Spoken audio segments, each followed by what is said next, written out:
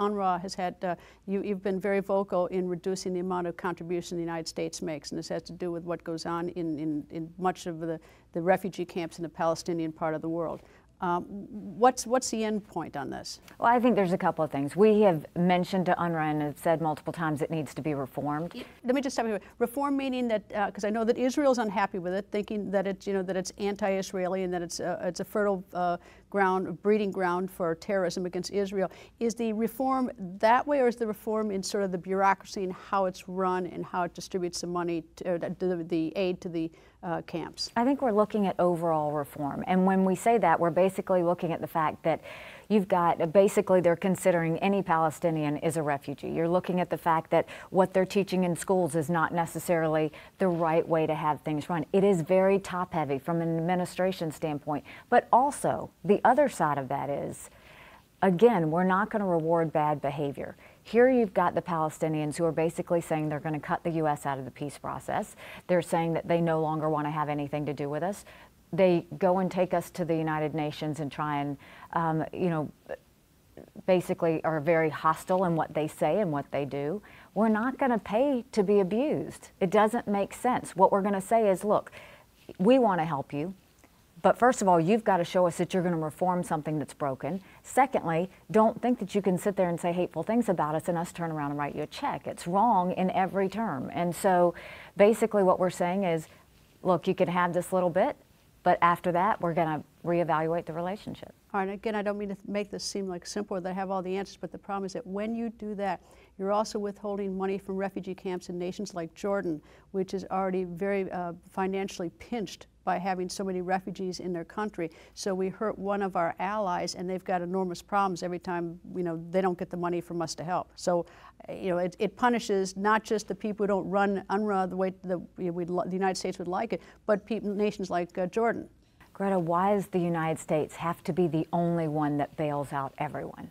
Because why do we continue to give the money? You have 120 countries who voted against us that could more than take up the level of debt that UNRWA has. Why is it the United States? We need to start being smart about the way we spend. We need to start really looking at foreign policy and seeing what the U.S. goals are and where we want to go. We want a peace process between the Israelis and the Palestinians. We want to make sure that moves forward. By the Palestinians cutting us out of the peace process, it shows that they weren't serious, that they're not serious in truly getting to peace. So we're trying to make sure that if we're going to spend taxpayer dollars, that we're not spending it on something that doesn't move U.S. interests forward. I guess that my thought is only this, is that Jordan's been an ally. And do we run the risk of creating that vacuum? And like, as I said, I don't have the answers, but do we, when we make some of these decisions, and even though, I don't like to spend a dollar to be insulted, I don't, I want to see every dollar spent, well, in my personal businesses. But do we run the risk that we hurt a nation who's been our ally and been so important even in that region to us by making decisions like this? But that's assuming that UNRWA is all we do. We actually, I not only went to Jordan, I also went to Turkey. We met with their governments. We brought them back and met with the Secretary General in the UN to see how we shift money to better help those host countries because they're doing an amazing job with Syrian refugees. So we do a lot. UNRWA is one part of it. But we fund a lot of different things. We recently worked with Jordan on how we could better help them with infrastructure. We turned around and worked with Turkey because they wanted help with education. Those things are going to continue to happen. We're not holding that back. But what we are going to say is we're not going to blanket write a check to all of them.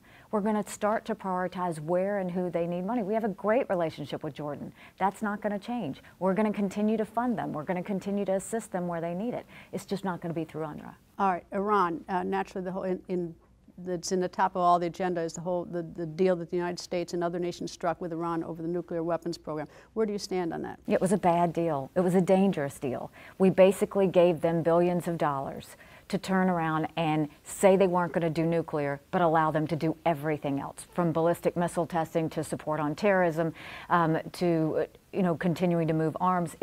It's incredibly dangerous. If I take that premise, it's a bad deal, and I have not read the whole deal.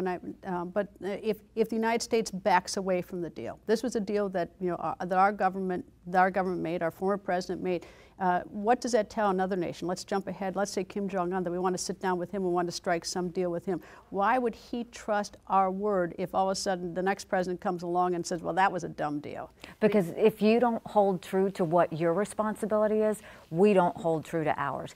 Now is not, we'll give you the money and we hope you act okay. Now is, look, if we're going to be part of this deal, you have to keep up your end of the bargain. And not only that, when you look at Iran, you have to also look at the fact, in what country, in what part of the world is it okay to send ballistic missiles and use them like Yemen? Like they're doing with the Houthis in Yemen?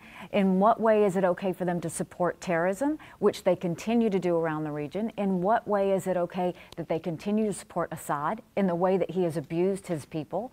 I mean, in what way is all of that okay? That is not part of the deal. We're in compliance with the deal, but what we're saying is, look, we're doing everything with the deal we're supposed to, but all of these other actions, the EU needs to step up, we need to see the international community step up, and Iran needs to step up, and those things need to stop. And that's what you're seeing the U.S. say. If you want us to take your deal seriously, then you have to take all these other actions seriously. So correct me if I'm wrong, saying is that the deal itself is that we're complying 100%, that they are complying with the words of the agreement. However, on the side, they're doing these other things that aren't in the agreement, like supplying weapons to the Houthis. Is that a violation of the deal itself, or is that just other bad behavior? That is violations of multiple Security Council resolutions. But not the deal. Is that part of the Iran deal? It's not part of the Iran deal, which is why we're in it. But it is absolutely violations of multiple UN resolutions, and we recently had a report that just came out that cited those violations. So that's not us. That's actually the United Nations came out and cited Iran for ballistic missile testing, arms sales, support of terrorism, all of those things. So we're not just being one actor that's saying this. We're now showing the international community we still have things that are dangerous and it's not safe, and we have to do something about it.